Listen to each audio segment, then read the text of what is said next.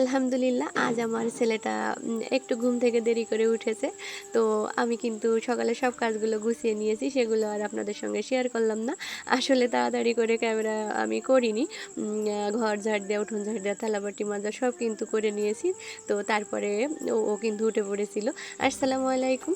আমি তানিয়া মহেশপুর থেকে বলছি, কাছে এবং দূরের দেশ এবং দেশের বাহিরে যে যেখান থেকে আমার ভিডিওটি দেখছেন, আশা করি সবাই ভালো আছেন। আল্লাহর অশেষ রহমতে আমরাও বেশ ভালো আছি আলহামদুলিল্লাহ। তো চলে আসলাম আর একটা নতুন ভিডিও নিয়ে। প্লিজ কেউ স্কিপ করে দেখবেন না, আশা করি ভালো লাগবে।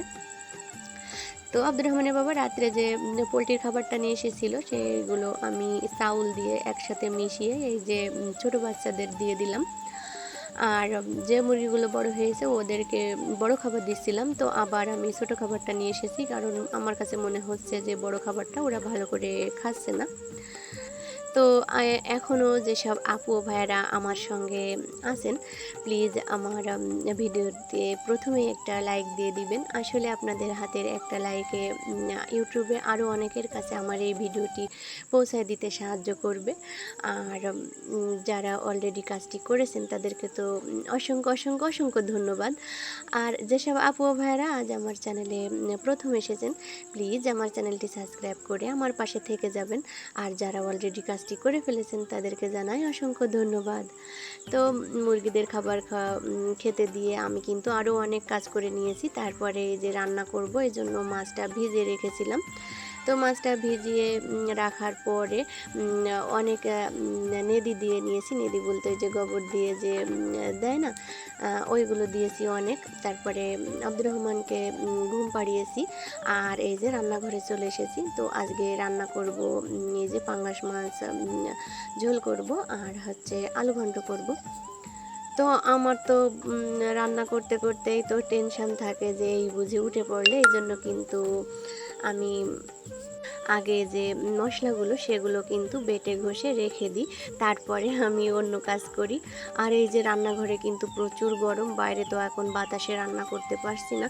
আর বৃষ্টি হয়ে যাওয়ার পরে এই যে রান্নাঘরটা এখনও লেপতে পারিনি। তো মনে মনে ভাবছি আজকে ইনশাল্লাহ লেপে পুছে সব সুন্দর করে রেখে দিব। আসলে আমার ভিডিও করতেও একটু খারাপ লাগছে যে আমার আপু ভাইরা হয়তো বা বলবে আপুটাও অনেক অপরিষ্কার হয়তো বা, আসলে কিন্তু তা না। আমি এই কিছুদিন ধরে একটু অসুস্থ আর বৃষ্টি বাদলার জন্য লেপতে পারিনি। তো আজকে লেপে নেব ইনশাল্লাহ। তো এই যে গল্প করতে করতে কিন্তু আমার মাছ ঝোলটা হয়ে গিয়েছে। আর আমি এখন ঢেলে নিচ্ছি। আর ওই যে ভয় থাকে আল্লাহর বান্দা হয়তো বা এখন উঠে পড়বে, তো সে উঠেই পড়েছে। আর আমি এই মাছ ঝোল দিয়ে তাকে কিন্তু কয়টা ভাত খাইয়ে দিয়েছি। তারপরে চুলার পরে এই যে তরকারিটা রেখে গিয়ে তারপরে কিন্তু ওকে ভাত খাইয়েছি। আর একটা ননদ আমার শাশুড়ি আমার তরকারি কেটে দিচ্ছিল, আর ওকে বলে দিলাম আমার চুলার জালটা একটু সরিয়ে দাও। তারপরে আব্দুর রহমানকে খাবার খাইয়ে ওর ভাইদের সঙ্গে খেলা খেলতে দিয়েছি। আর আমি তো কাজে লেগে গিয়েছি। আজ কিন্তু অনেক কাজ করেছি, সেগুলো শেয়ার করতে পারিনি। হালকা পাতলাভাবে যেটা ক্যামেরার সামনে আনা যায় সেগুলো নিয়ে এসেছি। আসলে সব কাজ যদি আমরা যারা কাজ করি, মানে গ্রামের হোক আর শহরের হোক, সবাই যদি ভিডিও করি তো অনেক বড় হয়ে যাবে। এই 5-10 মিনিটের ভিডিও তাই কেউ ফুল ওয়াচ করে না। আর অনেক ভিডিও লং ভিডিও তো কেউ দেখবে না, তাই না? তো যাই হোক, রান্নাবান্না করে সব কিছু কিন্তু ঘরে রেখে এসেছি। আর এই যে চলে আসলাম, এই কড়াইটা নিয়ে বসেছি আজকে। অনেক দিন খার হয়েছে, এই জন্য মনে হচ্ছে যে মাছ টাছ ভাজি করতে গেলে ভালো উঠছে না। আর আসলে আমি তো তাড়াতাড়ি করে রান্নার পরে সব কিছু ধুয়ে নিই, এই জন্য ভালোভাবে সেইভাবে সাদা করে পরিষ্কার করা হয় না। তো আজকে ভাবলাম করেই ছাড়বো। তো বিকালে শাশুড়ি আম্মার দুটো করেছি, আর এই যে দুপুরে কিন্তু আমি আমারটা করে নিছি। এখানে ছাই দিয়েছি, আর ওই যে ইটের খোয়া সেইগুলো দিয়ে, আর এই যে জাল, মানে মাছ ধরে যে জাল, ওইটা দিয়ে কয়েক ঘষা দিলে কিন্তু উঠে গিয়েছে। আমার কাছে বেশি কষ্ট মনে হয় না, আবার কষ্টও আছে যেহেতু একটু শক্তি দিয়ে ডলতে হয়। তো যাই হোক, কিন্তু কাজটা খুব সুন্দরই হয়, পরিষ্কার হয়েছে খুব সুন্দর। এই যে আমি এখন ধুয়ে দেখাচ্ছি, দেখেন খুব সুন্দরভাবে একদম সাদা হয়ে গিয়েছে। ক্যামেরার ছাড়া কিন্তু সরাসরি দেখতে একদম আরও সাদা লাগছে। তো যাই হোক, ওইটা তো ধুয়ে আমি ওপাশে আবার একটু ঘষে নিয়েছি। তারপরে এই যে রান্না করেছিলাম সে সব থালা বাসনগুলো এখন পরিষ্কার করে মেজে তারপরে ধুয়ে নিব। আমার কাজ কিন্তু সবই ডবল ডবল, তো এই জন্য আমার একটু কষ্টও হয় আর কাজ করতে দেরিও হয়। এই যে এখন আমার থালা বাসনগুলো আমি পরিষ্কার করে নিচ্ছি, পরে হয়তো বা শাশুড়ি আম্মা থালা বাসনগুলো ধুতে হবে। আর অনেক সময় আম্মাও ধুয়ে রেখে দেয়। তো ওই যে একই সংসারে থাকি, মিলেমিশে থাকি আর দুই মাপের কাজ কেউ ভাগ করি না, যে যখন পারি সে যখন করে নিই। তো আমার থালা বাসনও কিন্তু সে ফেলে রাখে না, তারটাও আমি রাখি না, এই জন্য কাজ করতে একটু দেরি হয়। কাজ করতে দেরি বলতে মনে করেন এই থালা বাসন ধোয়ার পরে তার থালা বাসন আবার ধোয়া লাগবে। আমি দুপুরে খাওয়ার থালা বাসন ধুয়ে রাখলে পরে বিকালে তার থালা বাসনগুলো ধোয়া লাগে। মানে আমার কেমনটা যেন লাগে, চোখে খারাপ লাগে আর মনে হয় যে ফেলে রাখবো, কষ্ট পাবে হয়তো বা কিছু মনে করবে হয়তো বা, এইসব ভেবে কিন্তু আমি কোনো কাজ ফেলে রাখতে পারি না। তো যাই হোক, থালা বাসনগুলো ধুয়ে উবুড় পড়ার পরে আমি আবার গোবরে নেদি দিয়েছি।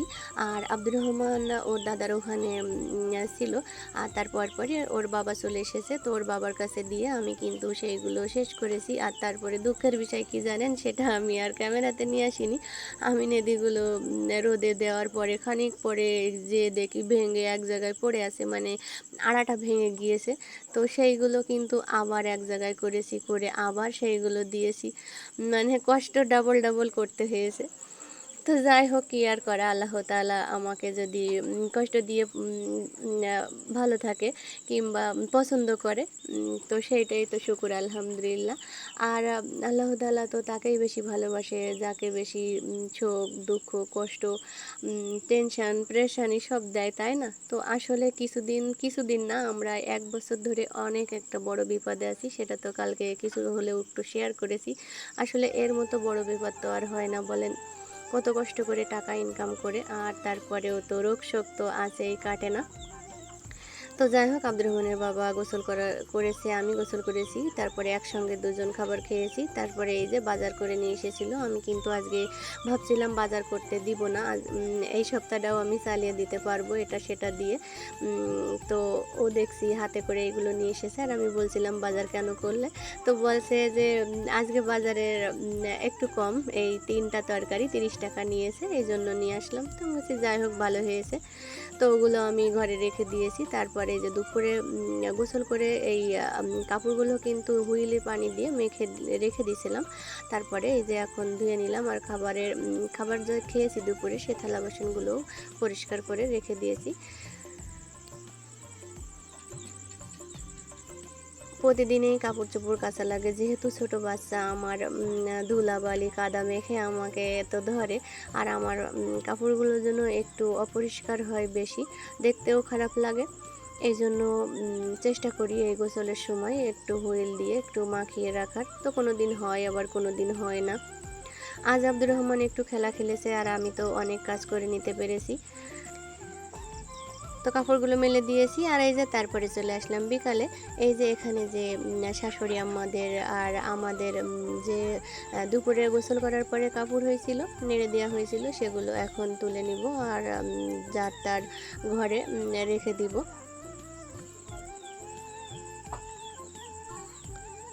আর এখানে যে পাটকাঠিগুলো আম্মু রেখে দিয়েছে, ওগুলো ভেঙে ওনার চুলার পরে দিয়ে আসবো। তো তারপরে এই যে চলে আসলাম বিকালে, উঠানটা ঝাড়ু দিয়ে পরিষ্কার করে নিব এখন। আর এই যে খড়িগুলো দেখছেন, আমি কিন্তু মাটি নিয়ে আসতে গিয়েছিলাম রান্নাঘর লেপবো, তো ওখানে অনেক খড়ি পড়েছিল, তো ভাবলাম যে গুছিয়ে নিয়ে যাই। তো নিয়ে এসেছি, আর যখন নিয়ে আসছিলাম তখন আমার এক ননদকে দিয়ে নিয়ে এসেছি, আর ও কিন্তু বলছে মাটি নিতে এসে আপনি খড়ি কুড়িয়ে নিয়ে যাচ্ছেন। তো আমাদের বাড়ির সামনেই আর কি। তো যাই হোক, উঠানটা কিন্তু পরিষ্কার করে ঝাড়ু দিয়ে নিলাম, আর এখন এই ময়লাটা ফেলে দিয়ে আসবো। আমি এই ময়লা ফেলার সময় বেলচা খুঁজে পাই না, আসলে যেখানে ময়লা দলা করি সেখান থেকেই উঠাই নিয়ে সেই বেলচা সেখানেই রাখি। আর আমার আব্দুর রহমান হয়তো বা এমনি এমনি রেখে দেয় কি বলতে পারবো না, কিংবা আমি রাখি মনে করতে পারি না। তো যাই হোক, আমি কিন্তু ময়লাটা ফেলে এসেছি, আর এই যে মাটি নিয়ে এসেছিলাম, এই এখন রান্নাঘর 2টা লেপে রাখবো। আর কালকে সকালে যদি বেঁচে থাকি, তো মিষ্টি তৈরি করে ওই রান্নাঘরটা তখন লেপে দিব।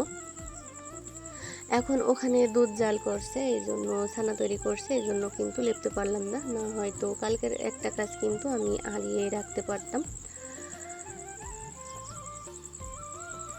আর এই বৃষ্টি হওয়ার পরে তো আর আমি রান্নাঘরে লেপেই নি, এটা তো শাশুড়ি আম্মার রান্নাঘর। আর আমার রান্নাঘরটা আমি লেপেছি, সেটা শেয়ার করিনি। আর এই শাশুড়ি আম্মার রান্নাঘরটা লেপে বাইরে ওই যে খড়িগুলো দেখলেন না নিয়ে এসেছি, তো ওই খড়িগুলো ভেঙে এক জায়গায় করে রেখে দিব।